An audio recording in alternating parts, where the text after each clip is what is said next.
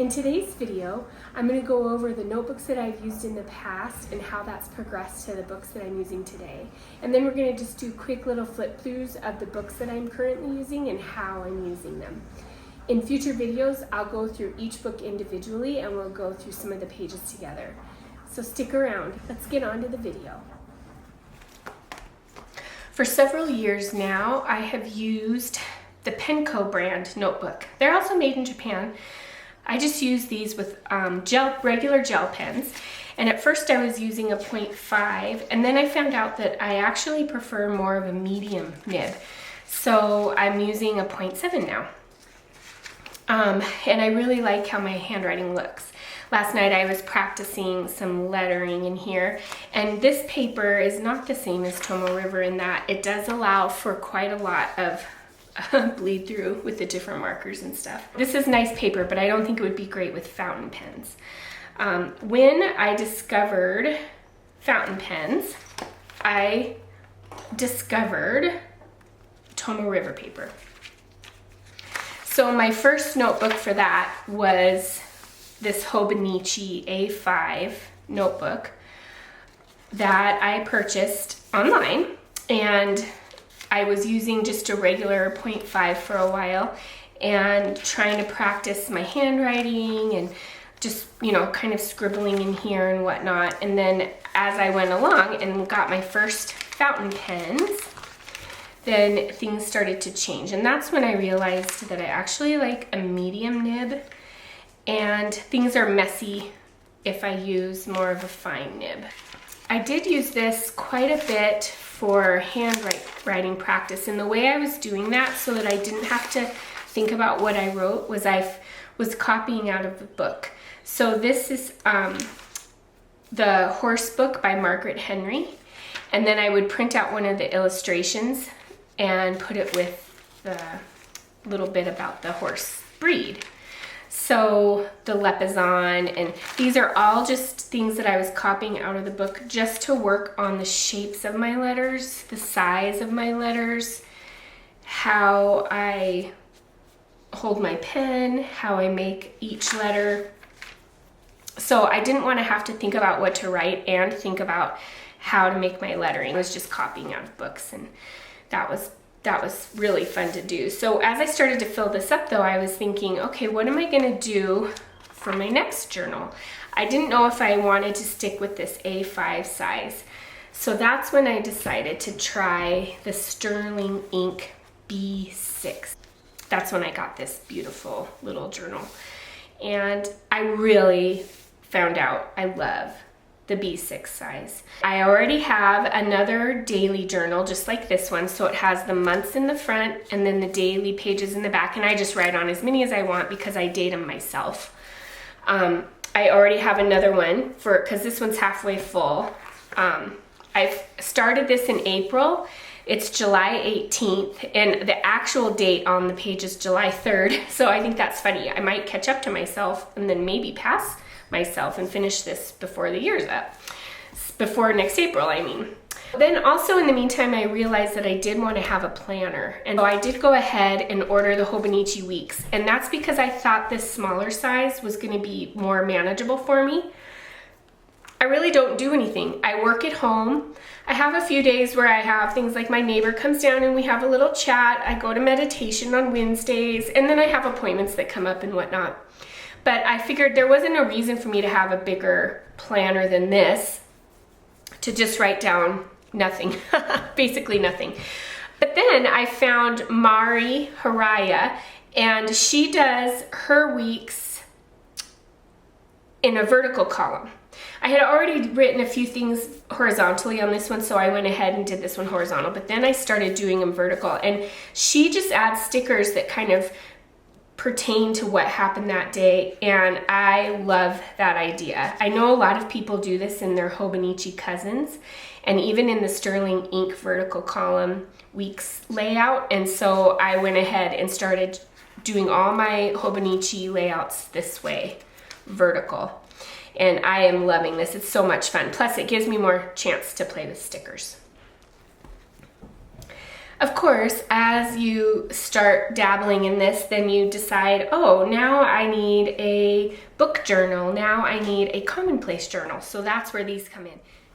This is a Midori notebook and it has this paper cover. They do make leather ones, but I was just starting in this, so I got the paper, and it's fine for this journal. This is my book journal that I started in January, and so I thought it would be fun to record all the books I read. I started out by just writing the book in here with the stars and everything, and then writing how I felt about the book and reading it. And then I started writing when I began the book. That morphed into when I began the book and when I finished the book. And then what I wanted to do, instead of just writing how I felt about it, because that was kind of taking a lot of effort and time, and I don't want to write book reports every time I finish a book. So I just started copying from Goodreads or the cover of the book or Audible what the book synopsis is into here. I actually am quite a fast reader, so it's been really fun to watch this fill up since January. I also walk my dogs 5 to 6 days a week, and so I listen to the audiobooks while I walk the dogs. And I also listen to the audiobook when I clean my house. It feels like I clean my house every day. We know I don't, but I get a lot of listening done doing that. So this book journal has been really fun for me to complete, and I can't wait to see it fill up. If it takes more than a year, that's perfectly fine. I'm just going to keep going in this until it's full, and then it'll be interesting to see all the books all in one place. This has been a really fun journal. Also, I have a really cute little printer that does these little stickers, and it's sticker printer paper. I trim them and then I stick them in here. So we can talk about that in a different video. This is my commonplace journal. Again, it's another Midori notebook. I just get these at my local stationery shop. I follow a really talented young lady on YouTube, and her channel is called Word Layout. And she does the most beautiful commonplace book. I had heard about them, but I hadn't really seen anybody's other than they were just writing in them, almost like taking notes for a class in college or something. But hers had art in it. And so she was making stickers and then decorating her pages and then writing what she was learning about. And I took that idea, I borrowed it, I stole it, and wrote about things that I'm interested in. So one of them is Komorebi, and I actually do think that she had something about Komorebi in hers, which caught my eye, because Komorebi is the scattered light that filters through when sunlight shines through the trees. And I mean, I love that. I live high up in the mountains in a little town, and there's trees everywhere, and when I walk, I'm always looking at how the light comes through the tree branches. And light, I'm a photographer, so I'm a chaser of light, that's for sure. But this book is just a compilation of all the things that I find interesting, just on any different day, just whimsically. I just think about it and think, I'm gonna put that in my commonplace book. You can see the progression of how the aesthetic has changed in this book. And it's gotten a little bit more and more and more whimsical. And this is actually my aesthetic. Magical, whimsical, fun. At first I was calling it cutesy, but I didn't really like that, so I changed it to whimsical. And so I am really enjoying this book. It's so much fun to flip back through and read about things that I was interested in, and I just think this will be really neat to read through, you know, years later. And I don't expect to fill this in a year. I think this will take me some time to get through it as I think of something new that I want to learn about, but there is no hurry, and I'm just really enjoying the journey in this book. Probably like so many people out there that journal now as adults, I did start with little diaries with the little lock on them, and I would write Dear Diary, and there were little hearts for the eyes, and it was cursive, you know, like we did in 2nd and 3rd grade, and I would write little letters to myself in there. And then through high school, I was angsty, so I filled notebooks, just regular notebooks. I didn't even care. I just filled notebooks with my feelings. Through having babies, I got busy and I just didn't have time. to write notebooks that much, so I tried to jot down funny things my kids would say, things that they did, different milestones, in just notebooks that I had laying around, like, you know, a notepad that you write your grocery list on. I had so many little papers like that I found later. And then I was using the Penco notebooks for quite a few years. I don't know when I first started buying these, probably 20 years ago.